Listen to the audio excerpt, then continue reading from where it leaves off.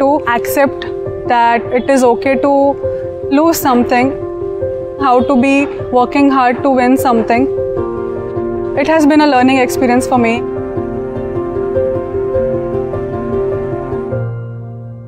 Badminton is a sport that I've been playing since my childhood and which has been a part of my identity.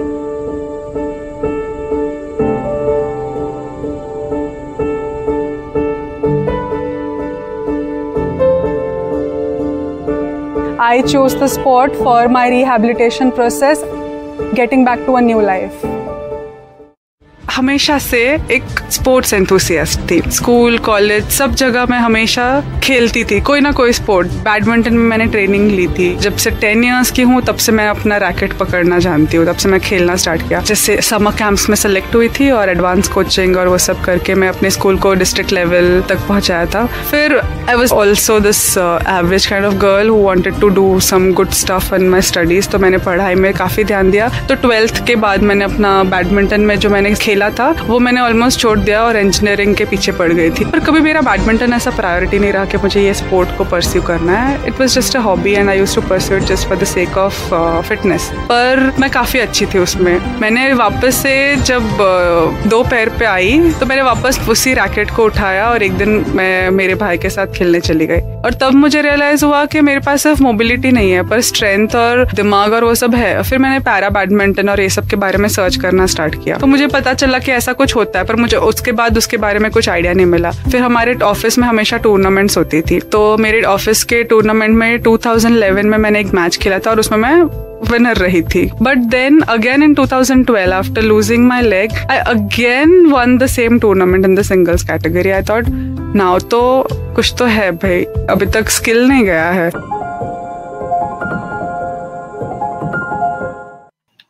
पूज्य अध्यक्ष स्वामी निखिलेश्वरानंद जी, श्री स्वामी मेधजनानंद जी, Miss Kiran Bedi, Pulela Gopichand sir, all the dignitaries present here in this panel, Arunima, Sharad, Shekhar, भक्ति और मेरे प्यारे दोस्तों, बहुत ही गर्व महसूस कर रही हूँ कि मैं मेरे जन्म स्थान राजकोट के इवेंट में आज वर्चुअली प्रेजेंट हूँ और आप सबसे इंटरैक्ट कर रही हूँ।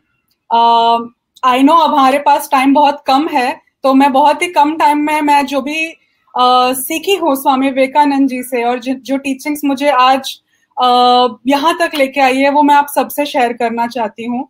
और मैं जानती हूँ कि 2020 हम सबके लिए बहुत ही कठिन साल रहा है और सबसे ज्यादा ये साल कठिन रहा है हमारे देश के बच्चों और युवाओं के लिए। हमारे स्कूल्स बंद है, हमारे कॉलेजेस ओपन नहीं हो रहे हैं और जो भी हम पीयर सपोर्ट से लर्न करते हैं, हम एक दूसरे से लर्न करते हैं या फिर जो भी हम टीचर्स को सामने रख के जो लर्न करते हैं वो सब अभी चेंज हो चुका है और हम सब online, a new way of learning has been started and सब ऑनलाइन शिफ्ट हो चुका है। कई परिवार में एक ही डिवाइस पर 2 बच्चे पढ़ रहे हैं और आई अंडरस्टैंड कि कई लोगों के लिए, कई बच्चों के लिए उनके ग्रेजुएशन रुक गए हैं, जॉब्स में ज्वाइनिंग डिले हुआ है।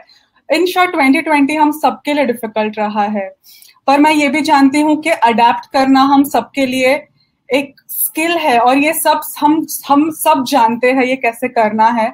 स्वामी विवेकानंद जी कहते हैं कि नई आदत डालना जीवन का एक नया तरीका है और मैंने भी अपने आप को अपने इंजरी के बाद अडेप्ट किया और अपनी आदतें बदली, अपने जॉब में अडेप्ट किया, नई टेक्नोलॉजीज लर्न की और इंजरी के और मैंने स्पोर्ट्स में भी एंटर किया।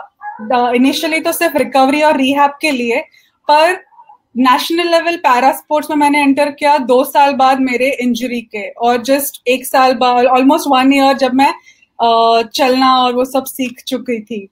तो मुझे लगता है कि आई थिंक बहुत पुरुषार्थ करके 2019 में इतने सालों से जो पुरुषार्थ करी थी उस पुरुषार्थ ने मुझे 2019 में वर्ल्ड चैंपियनशिप में गोल्ड मेडल भी लेने के लिए प्रेरित किया। पर इससे पहले मैं आपको सबको 2012 में लेके जाना चाहूंगी, जब मैं अपने रिकवरी जस्ट मैं एक्सीडेंट के बाद घर आई थी और रिकवर कर रही थी।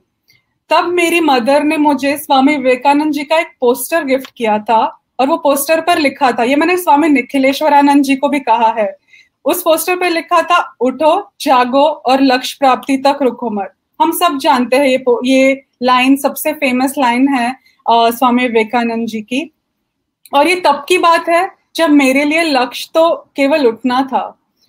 थोड़े समय बाद मैंने अपने लक्ष्य बनाए कि मैं चलना सीखूंगी। थोड़े धीरे धीरे चलकर मैं ऑफिस जाने लग गई और ऑफिस में भी मेहनत करके आगे बढ़ने लग गई। वो टाइम मैंने अपने सपने भी बड़े किए, स्पोर्ट्स में भी एंटर किया और इस मंत्र को मेरे लाइफ का सबसे बड़ा हिस्सा बनाया।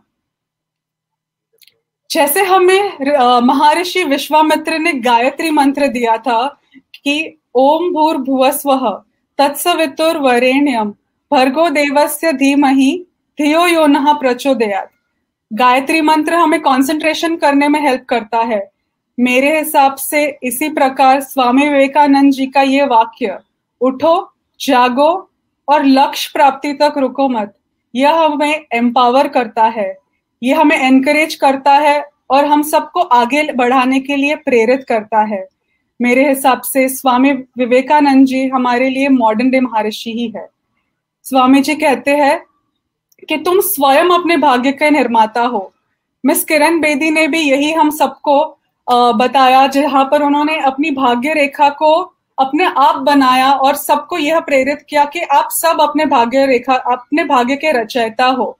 या आप देखो गोपी सर ने, जिन्होंने पुरुषार्थ करके अपने आप को ऑल इंग्लैंड चैंपियन बनाया था और आज वो इंडिया के सबसे सक्सेसफुल कोच है। या उनके स्टूडेंट्स हैं जिन्होंने वर्ल्ड में अपना नाम रोशन किया है, उनमें से एक मैं भी हूँ। या अरुणिमा सिन्हा जी हो, जिन्होंने वर्ल्ड के सभी कॉन्टिनेंट्स के सबसे ऊंचे पर्वत पर अपने देश का झंडा लहराया है। किरण बेदी जी का नाम तो आप सब जानते ही है और उनके नाम से उनके काम की पहचान है। इन सभी लोगों ने स्वामी जी के टीचिंग्स को फॉलो किया है और इस विश्व के एक विशाल व्यायामशाला में उन्होंने अपने आप को मजबूत किया है। मैं बस अभी एंड करना चाहती हूँ, मैं कहना चाहती हूँ कि मैं स्वामी जी से इंस्पायर होके एक मंत्र को खुद मानती हूँ कि मैं नहीं तो कौन और अब नहीं तो कब। आई थिंक इसके बाद हम सब अपने आप पे फोकस करें, अपने आप पे गर्व करें, हम जहां पर भी है, जो भी सिचुएशन से है। और आज मैं थैंक यू कहना चाहती हूँ रामकृष्ण मिशन आश्रम राजकोट कि आपने मुझे मौका दिया, अपॉर्चुनिटी दी यंगस्टर्स से बात करने के लिए।